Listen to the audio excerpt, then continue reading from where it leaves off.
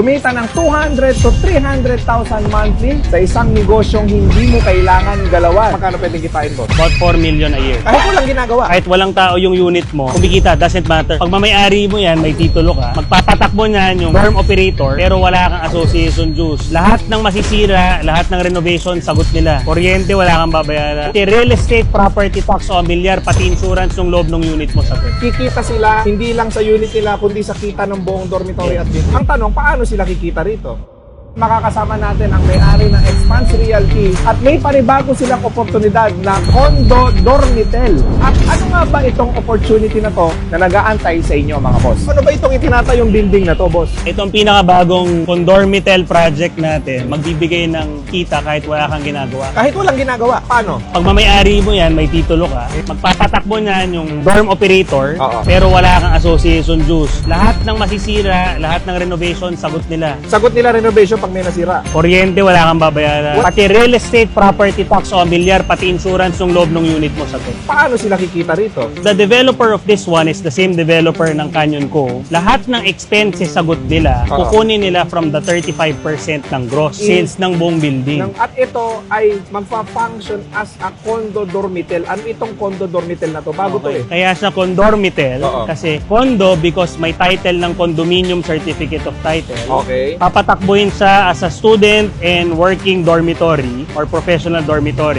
with the hotel service. May hotel service. Yes, weekly cleaning service sila. So maganda yung kita. Ang tanong, sino naman ang mag-o-occupy ng mga units nito? Dito pa lang within walking distance sa area ng Pedro Hill, Oo. may 100,000 students tayo. Dormitory ito ng mga estudyante from UP Manila, St. Paul Manila, Philippine Women's University, Philippine Philippine Christian University, pati Lasal malapit dito. So, ibig sabihin, ang market nitong dormitel na ginagawa rito is mga estudyante na nangangailangan ng pag-i-stayan na dormitory. Yes. Okay. Students tsaka workers. Malapit din ang Philippine General Hospital. Doctors, nurses, yung mga call center dito, mga nag-a-apply ng seaman, Sila yung magre-renta dito. sila magre-renta. Bakit kailangan dito, marami namang existing dito na mga dormitory? Bakit nyo naisip gumawa ng dito building? na lang ang bakanting lupa dito sa Pedro Hill, which is only 2 minutes away from Pedro Hill Station na LRT. Tapos lapit mo sa Robinsons Malate, diba? In comparison, ipapakita ko sa inyo ngayon kung ano ang itsura ng mga existing dormitory dito sa area na to at kung ano ang magiging itsura naman ng kanilang unit pagka nagawa na itong condormitel na ito at makikita nyo ngayon mga boss kung gaano nga ba ang malaking difference ng pag-i-stayan ng mga anak ninyo or ng mga kapatid ninyo dito sa area na ito. Dormitory is a 28-story high-rise that is a secure, modern, and complete accommodation for students and young professionals alike. It is situated at the heart of the city of Manila, right at the corner of Pedro Hill and Agoncillo streets, and only minutes away from various transportation hubs, educational and medical institutions, daily necessities, government and security services, and leisure establishments. The Hubs has a shuttle loop service, plenty of shared parking spaces in the basement, and an elevated visible frontage. Coming in through its front doors directs one towards the commercial area. And the incubators, which are secure, convenient, and fully equipped meeting spaces for residents and their guests.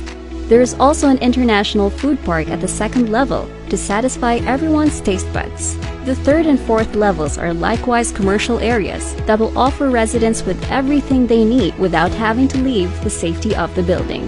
Residents can access their units through a private lobby at the ground floor, and with a sophisticated multi-level RFID security system, they can rest easy. Ensuring a hassle-free lifestyle, the Hubs also boasts of a full Wi-Fi ecosystem, full backup generators, and 24/7 security and maintenance services.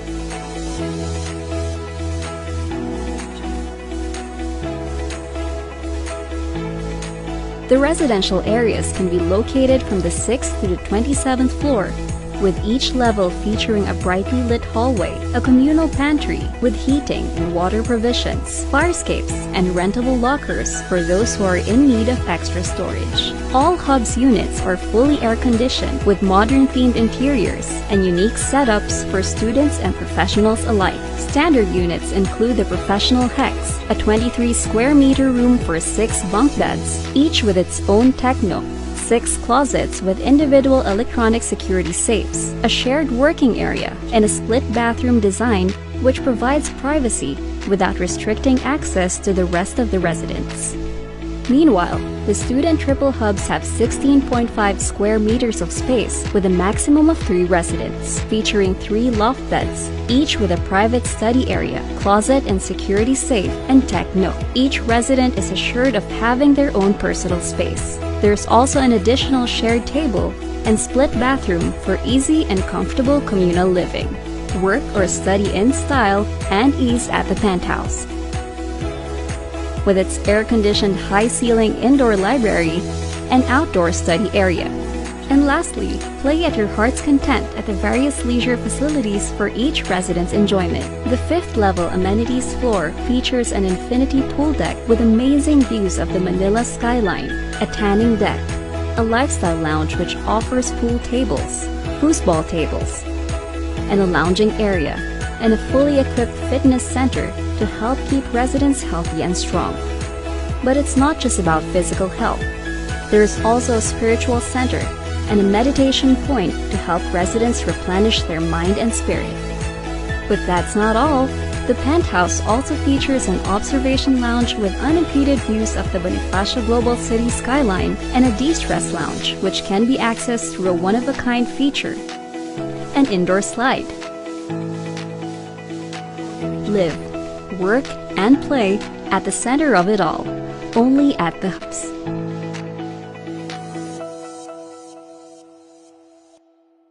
Alright, so nakita na natin kung ano ang itsura ng mga magiging unit. So ngayon, magkano ba ang investment dito, boss? 2.8 million, 2.8 million lang, may unit ka na, ilan ang kayang mag-accommodate sa isang room? 3 to 4 people. 3 to 4 people, tapos kikita sila, hindi lang sa unit nila, kundi sa kita ng buong dormitory at building. 65% ng gross sales ng buong building, meaning hindi sila kasama sa expenses ng dorm operator. So ibig sabihin, 65% ng lahat ng pera, lahat ng kikitain ng condormital na ito ay mapupunta sa mga unit Unit owners. Ang 35% mapupunta doon sa Operator ng dorm. operator, pero sa kanila ang kuryente, sa kanilang amilyar, sa kanila renovation cost, insurance, kanila lahat yon. Walang association. 65% sa inyo, 35% kanila pa lahat ng gastos. Yes. Kaya ito, kahit walang tao yung unit mo, kumikita, doesn't matter. Kahit walang tao ang unit, kikita kayo dahil kikita kayo sa kita ng buong building. Paano kanila kukontakin? You can contact us to our website at www.expansrealty.com and to our social media page, Expanse Realty. So ano pang inaantay ninyo mga boss? Naghahanap kayo ng investment, especially sa mga kababayan nating OFW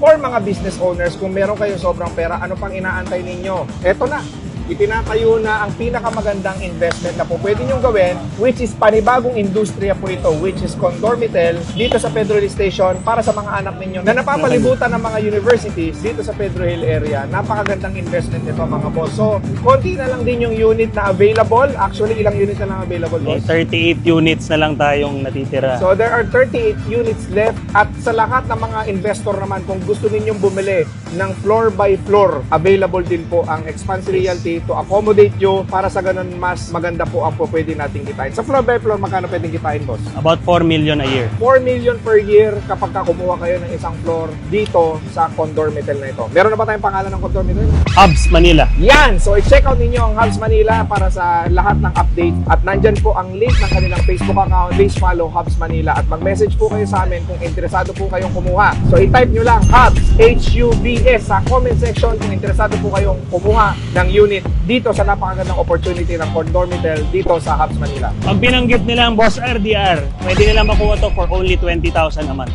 20,000 pesos lang monthly ang babayaran ninyo kapag ka itinype nyo ang RDR sa ating comment section. Thank you so much.